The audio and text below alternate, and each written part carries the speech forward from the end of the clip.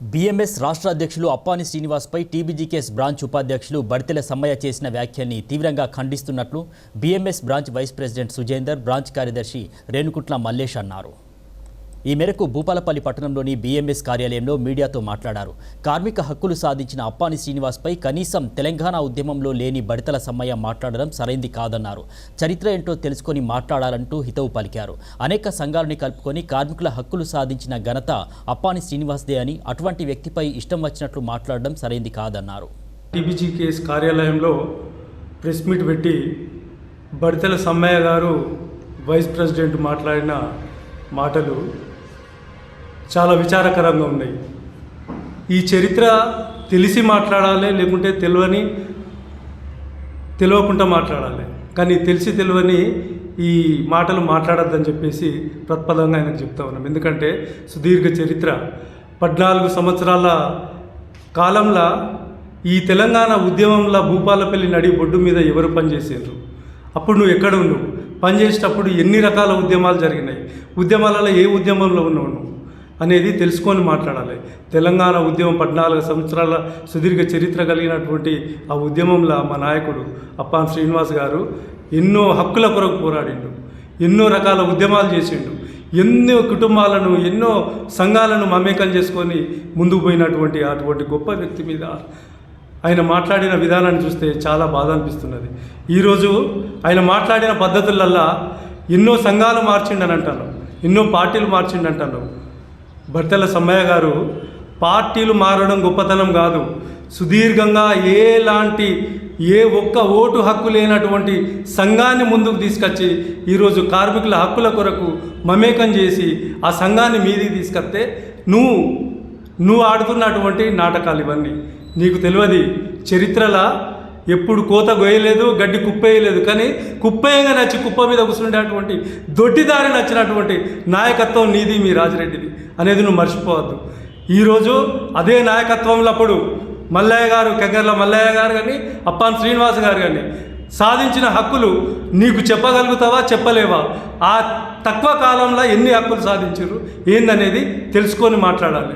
ప్రప్రథమంగా సింగరేణి వ్యాప్తంగా 70-80 సంవత్సరాల చరిత్ర కలిగినటువంటి సింగరేణి కార్మికునికి ప్రప్రథమంగా వేసుకోవడానికి ఒక డ్రెస్ కోడ్ సృష్టించింది, అప్పుడు తీసుకొచ్చింది అప్పాని శ్రీనివాస్ గారి నాయకత్వంలో కెంగర్ల మల్లయ్య గారితో మాట్లాడి సుదీర్ఘ భట్టాచారి గారిని ఒప్పించి ఇదే కేటీకే ఫైన్ లైన్లో సంపత్రావు గారికి ప్రప్రథమంగా ఇప్పించి సింగరేణి వ్యాప్తంగా అందరికీ ఇచ్చిన ఘన చరిత్ర కలిగిన వ్యక్తిని నువ్వు అనే స్థాయి నీ కాదని చెప్పి నువ్వు గుర్తుంచుకోవాలి.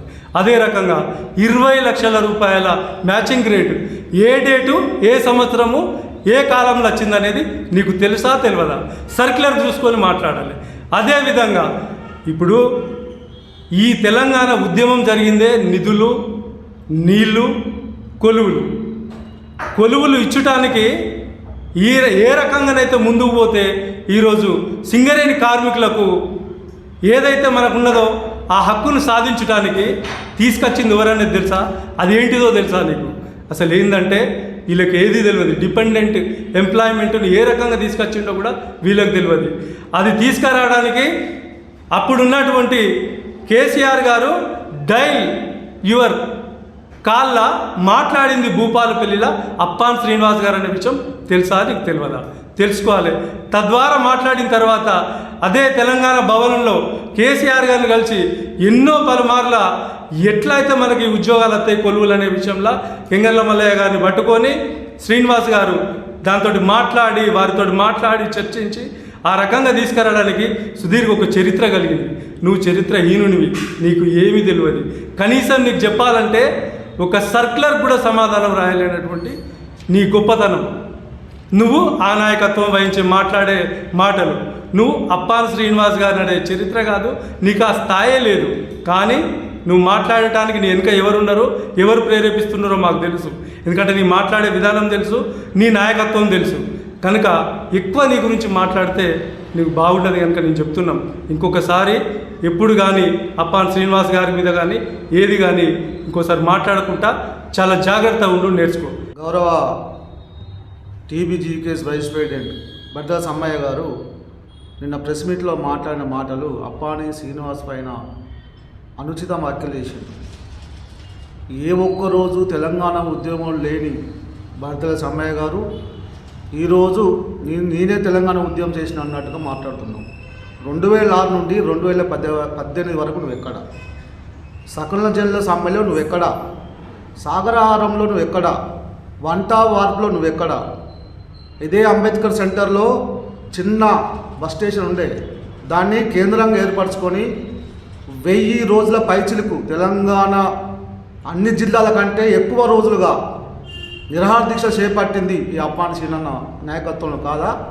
శ్రీకృష్ణ కమిటీ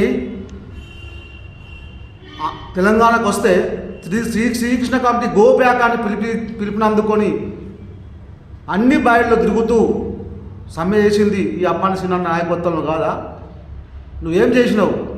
2012లో తెలంగాణ ఉద్యమంలో నిరంతరం పోరాటం చేస్తూ 2012లో ప్రప్రథమంగా టీబీజీ కేసు గెలిపించింది అప్పాని శ్రీనివాసు గారా? తెలంగాణ ఉద్యమానికి ఊపిరిపోయించడంలో ఆ గెలుపు లేదా? నువ్వు ఎడున్నావు? ఎడబోయినావు? బడతెల సమ్మయ్య గారు నువ్వు ఎక్కడున్నావు? ఒక్క కారణాన్న ఉన్నావా? ఒక్క నవ్వుపడ్డావా? రేపు చూస్తావా? ప్రెస్ మీట్ ఇస్తావా? ఫోటోలు చూపిస్తావా? నీ వీడియోలు చూపిస్తావా? ఎక్కడన్నా ఉన్నట్టుగా తొంగి చూసుకుంటా కాంగ్రెస్లో జంప్ అయినావు. ఇటు నుండి అటు పోయినావు, అటు నుండి ఇటు పోయినావు.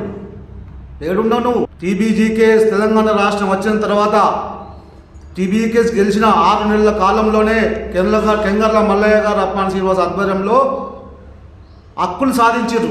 ఏం హక్కులు సాధించారు? పోగొట్టిన పిఎంని జాతీయ సంఘాలు ఏఐటీసీ పోగొట్టిన పిఎంని పట్టుకొచ్చినాం. అదే కెంగర్ల మల్లన్న అప్పాని శ్రీనివాస్ గారు పట్టుకొచ్చారు. స్పోర్ట్స్ మెన్లకు ఓడి పట్టుకొచ్చిండు. భట్టాచార్యతోని కొట్లాడి మహారాష్ట్ర పోయి కోల్ ఇండియా పోయి పట్టుకొచ్చింది ఓడి మాస్టరు, పిఎంఈ మాస్టరు. తెలుసా నీకు బడతెల సమ్మన్న? ఏదన్నా తెలుసా నీకు విషయం? కోర్ట్ ఆఫ్ డిసిప్లిన్ తెలుసా? సింగరేణిలో నువ్వు వేసుకున్న డ్రెస్ ఎక్కడిది? నువ్వు సంపాదించినవా? ఇవాళ టీబీజీ కేసులో ఉన్నావు కదా, అప్పుడు నువ్వు ఎక్కడున్నావు? సీనన్న నాయకత్వంలో కెంగర మల్లయ్య నాయకత్వంలో డ్రెస్ కూడా వచ్చింది, ఇప్పుడు నువ్వు వేసుకుంటున్నావు. ఎక్కడిది? అనుభవించే హక్కులను ఎక్కడ నచ్చినాయి?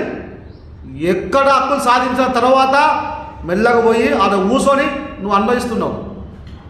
ఇటువంటి అవాకులు చేవాకులు తెలంగాణ ఉద్యమ నాయకుడైన అప్పాని శ్రీనివాస్ పైన మాట్లాడితే మాత్రం అది కార్మికుల సమక్షంలో కార్మికులకు తగిన బుద్ధి చెప్తారు.